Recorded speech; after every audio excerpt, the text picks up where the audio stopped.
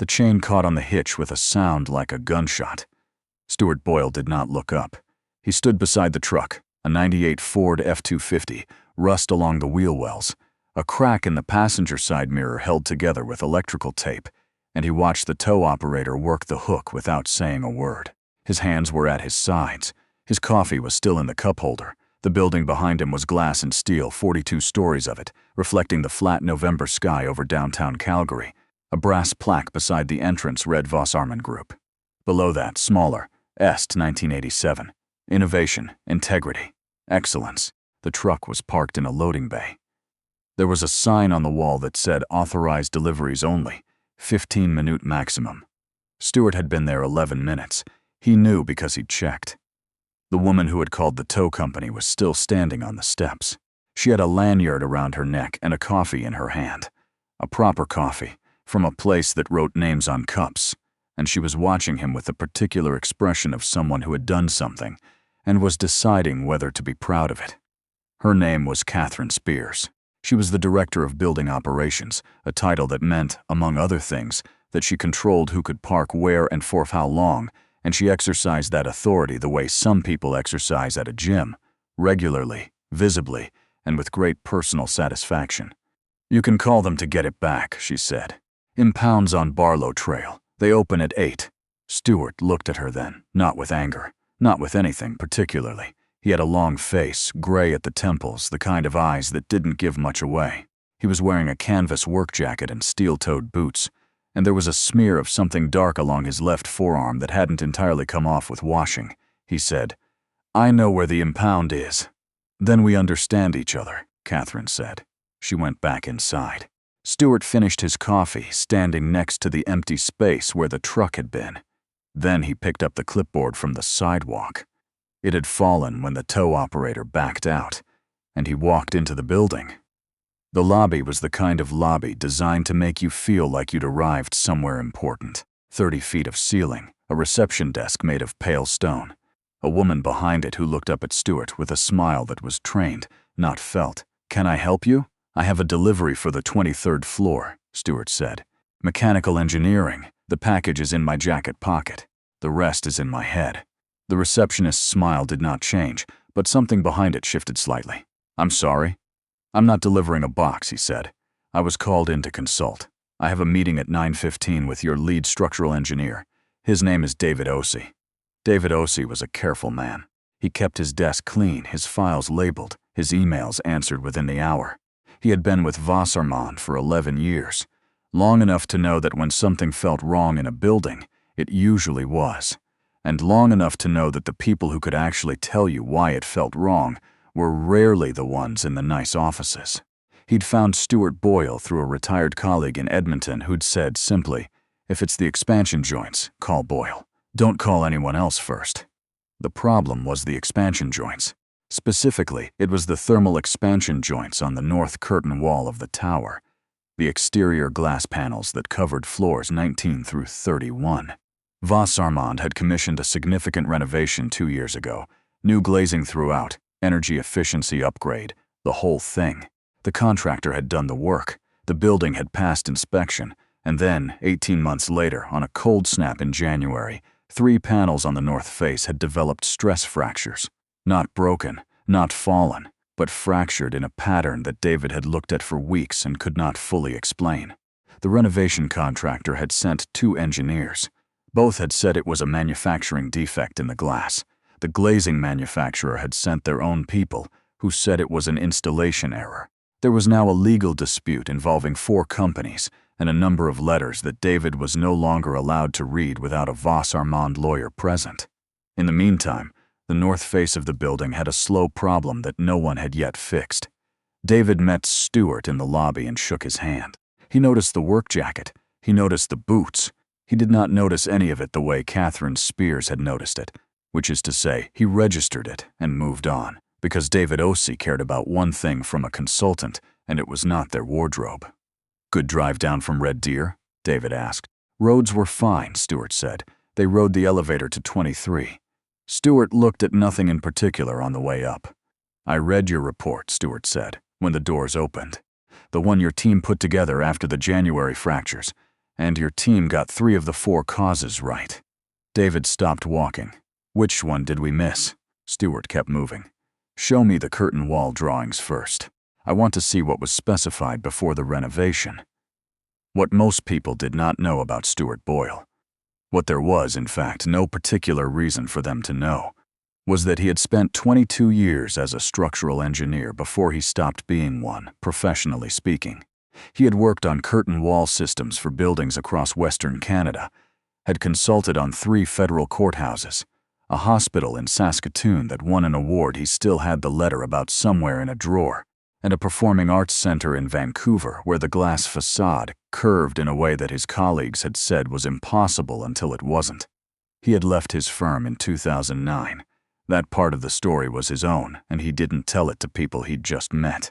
What he did now, what he'd been doing for the past 15 years, was consulting when people asked him, and restoring vintage motors out of a workshop behind his house in Red Deer when they didn't. The motors were a hobby that had become a small business that had become, in a quiet and unremarkable way, somewhat profitable. He sold most to collectors and to a handful of industrial clients who needed specific equipment rebuilt rather than replaced. He had not owned a business suit since 2011. He had thought about buying one and decided there was no particular point. He had a daughter, Nadia, who was 26 and lived in Toronto and called him every Sunday. He had a dog named Earl, who was old and arthritic and slept near the wood stove.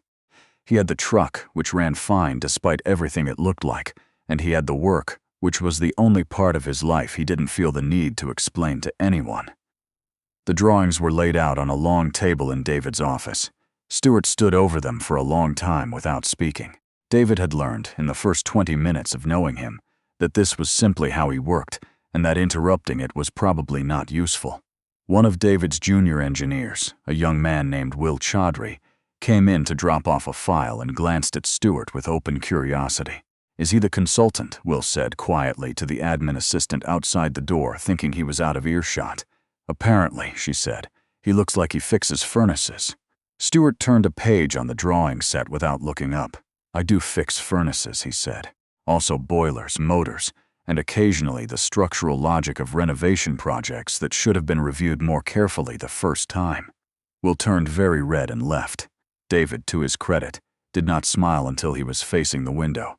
By 11 o'clock, Stewart had identified the problem. It was not the glass. It was not the installation. It was a combination of 2 things: a specification error in the original renovation contract, where the replacement sealant had a thermal expansion coefficient that was slightly mismatched to the aluminum framing system already in place. A mismatch small enough to pass inspection, large enough to matter over 18 months of Calgary winters. And a drainage detail on the sill condition at floor 21 that was directing water into the joint rather than away from it. The water froze. The freeze accelerated the stress at exactly the points where the sealant mismatch was already creating micro-movement. The fractures were not random. They were the building telling you, in the only language buildings have, that 2 small mistakes had become 1 large one. Stewart wrote it out on 3 pages in David's notebook. He drew 2 diagrams. He referenced 4 sections of the original specification documents, marking the relevant clauses with a pen he took from his jacket pocket. "The contractor missed the sealant spec," he said, "but the reviewing engineer should have caught the drainage detail. Whoever signed off on the shop drawings on your side owns half of this." David was quiet for a moment. "That's going to be complicated." "Probably," Stewart said.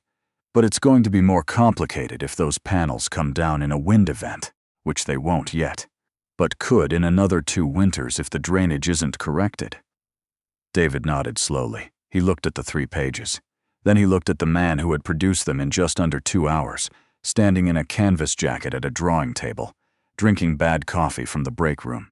"I need to take this upstairs," David said. "I know," Stewart said. "I'll wait." Upstairs at Vassarmond meant the executive floor. It meant the chief operating officer, a man named Philip Reardon, who had been with the company for 7 years and who ran the building operations side of the business with the efficiency of someone who had decided long ago that efficiency was a personality. It also meant, eventually, the CEO, a woman named Helen Strand, who was in Calgary only 2 days a week. She ran the Toronto office the other 3. and who happened to be in the building today, which David had not known when he'd asked Stewart to come in, and which Stewart certainly hadn't known. Philip called the meeting for 1 o'clock. He told David to be there. He told the company's legal counsel to be there. He looked at David's summary of Stewart's findings, 3 pages, 2 diagrams, 4 referenced clauses, and he read it in the particular way that senior executives read documents that confirm their worst quiet fears, which is to say, very carefully and without expression. "Who prepared this?" Philip asked. "The consultant I brought in," David said. "Stuart Boyle. He's been in the field for over 2 decades. He's done work on." "Where is he now?" "Downstairs." I asked him to wait. Philip looked at his legal counsel, a woman named Ruth Salava, who had been reading her own copy and making small marks in the margin. Ruth had been in construction law for 18 years. She looked up when she felt Philip looking at her. "This is accurate," she said simply. "You've reviewed it." "I've reviewed it. The sealant specification mismatch is documentable from the original contract. The drainage detail is visible in the shop drawing set." She set her pen down. "If this is what it appears to be, we have a clear path through the litigation. We've been arguing the wrong cause for 8 months." The room was quiet. "Bring him up," Philip said. Catherine Spears was walking past the executive assistant's desk when she overheard the name. She stopped. "Say that again?" she said to the assistant, a young woman named Britt who was making a visitor badge. "Stuart Boyle," Britt said. "Mr. Reardon wants him in the boardroom. I'm just printing his badge now." Catherine thought about the man with the canvas jacket and the old truck and the flat, unhurried way he'd said, "I know where the impound is." She thought about the tow truck she'd called at 8:47 that morning, 11 minutes after he'd arrived, 4 minutes after she'd decided that the loading bay was not for people like that, no matter what they were there for. She stood very still for a moment. Then she walked back to her office and closed the door. Stewart did not appear to be a man who minded waiting. He'd spent the time in the 23rd floor break room, finishing his notes and, at some point, helping himself to a second cup of coffee. When David came back down to get him, he was standing at the window looking out at the Bow River, his notepad in his hand. "They want you upstairs," David said. "I figured." In the elevator, David said, "The CO is Philip Reardon. He's direct. He'll ask you to walk through your findings." "That's fine. There's also a possibility the CEO is going to sit in. Helen Strand." "I know who she is," Stewart said. He said it without particular weight, the way you'd say you know where the impound is. David looked at him. "You've worked with her before?" "Not exactly," Stewart said. The elevator reached the top floor. The boardroom had the kind of view that justified the rent.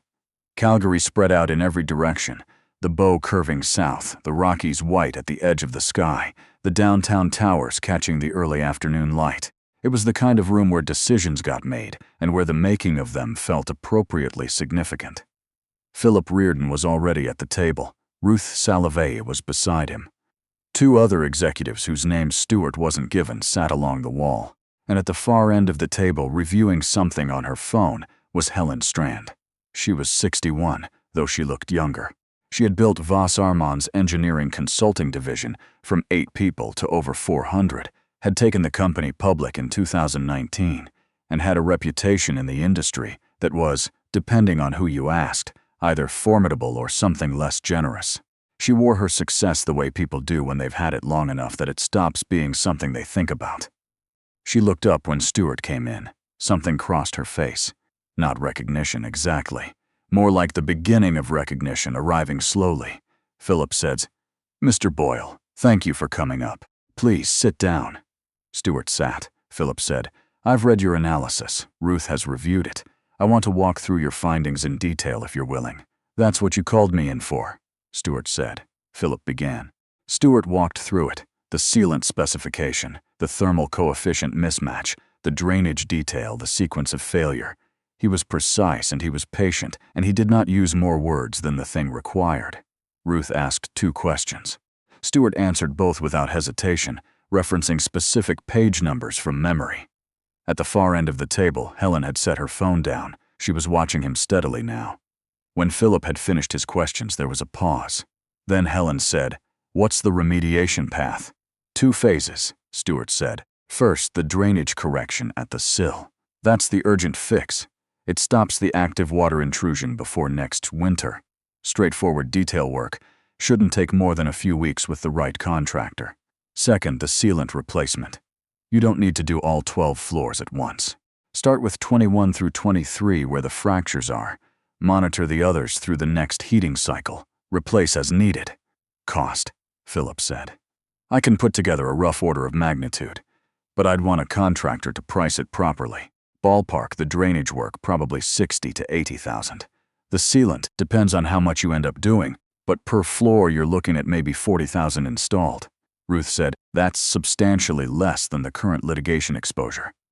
Yes, Stewart said. It is, Helen said. Mr. Boyle, how long have you been consulting? About 15 years. And before that, I was a structural engineer. I had a firm in Edmonton. Helen looked at him for a long moment.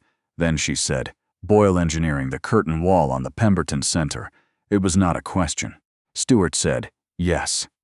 The room had not changed. The light was the same. The view was the same. The temperature was the same.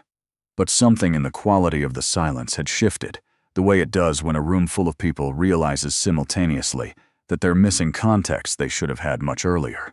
Philip said quietly to David, who brought this consultant in? I did, David said. And the intake process. He came in as a contractor-level consultant. That's how he described himself. That's how he presented. Philip looked at Stewart. You designed the curtain wall system on the Pemberton Center, among other projects, Stewart said. The Pemberton Center was, at the time of its completion, one of the more technically complex curtain wall installations in Western Canada. It had been cited in 3 industry publications. The glazing contractor who'd worked on it had used it as a reference project for a decade afterward. Philip Reardon had, in another life, worked at the firm that had been the competing bidder on that project. He knew what the Pemberton curtain wall was. He knew what it had taken to build it. And he was sitting across from the man who had designed it, who had driven down from Red Deer in an old truck and spent 4 hours in a canvas jacket solving a problem that 8 months of litigation had not. Mr. Boyle, Philip said, I'd like to discuss a more formal engagement, if you're open to it.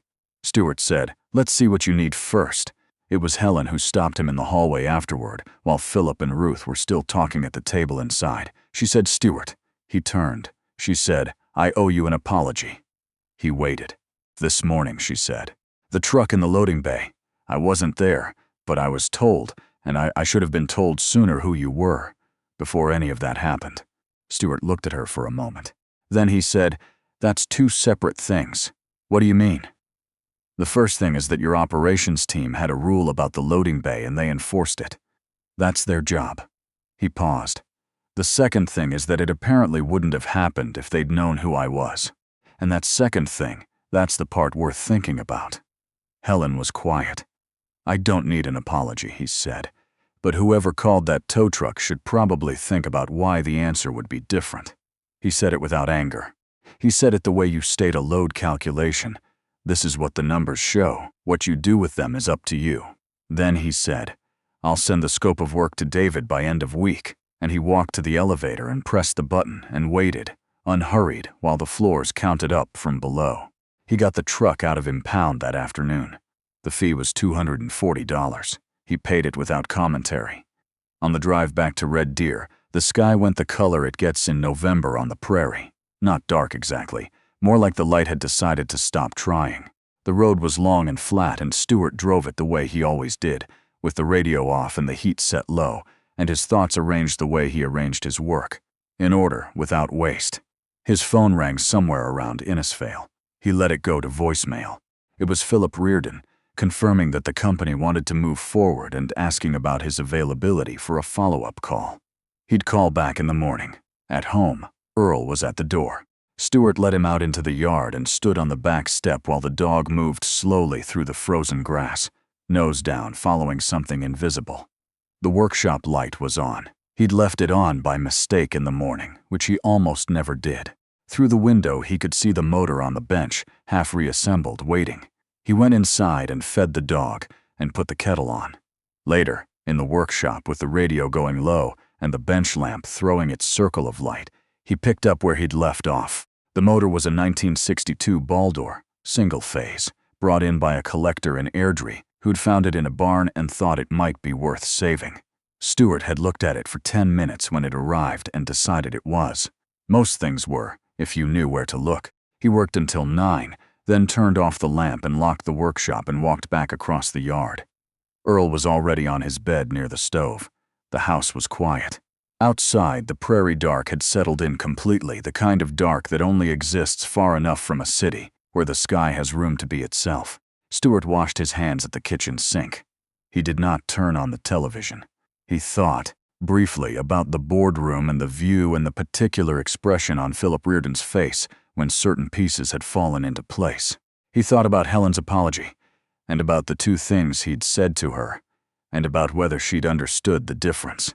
Then he stopped thinking about it, because the kettle had boiled and Earl had looked up, and the evening was its own thing now, separate from the day, and some distances are best left as they are.